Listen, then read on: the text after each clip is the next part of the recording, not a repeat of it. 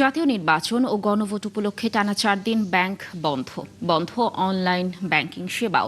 আবার এই সময় সীমিত করা হয়েছে মোবাইল ব্যাংকিং সেবা। দিনে সর্বোচ্চ 10,000 টাকা লেনদেন করতে পারছেন গ্রাহকরা। তবে এই 4 দিনে এটিএম বুথ থেকে প্রয়োজন মতো টাকা তোলা যাবে বলে আশ্বস্ত করেছে ব্যাংকগুলো। নিজেদের স্বার্থেই এই সময় একটু বাড়তি সেবা দেওয়ার পরামর্শ বাংলাদেশ ব্যাংকের। অনুপ অধিকারী তরুণ জানাচ্ছেন বিস্তারিত। বৃহস্পতিবার বহুল কাঙ্ক্ষিত জাতীয় নির্বাচন ও গণভোট, ফলে সেদিন এবং আগের দিন সাধারণ ছুটি ঘোষণা করেছে সরকার। এরপর শুক্র শনিবার সাপ্তাহিক ছুটি।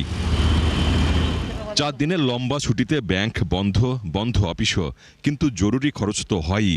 সেই ভাবনায় ছুটি শুরুর আগের দিন কিছুটা বাড়তি ভিড় ছিল ব্যাংকপাড়া মতিঝিলে।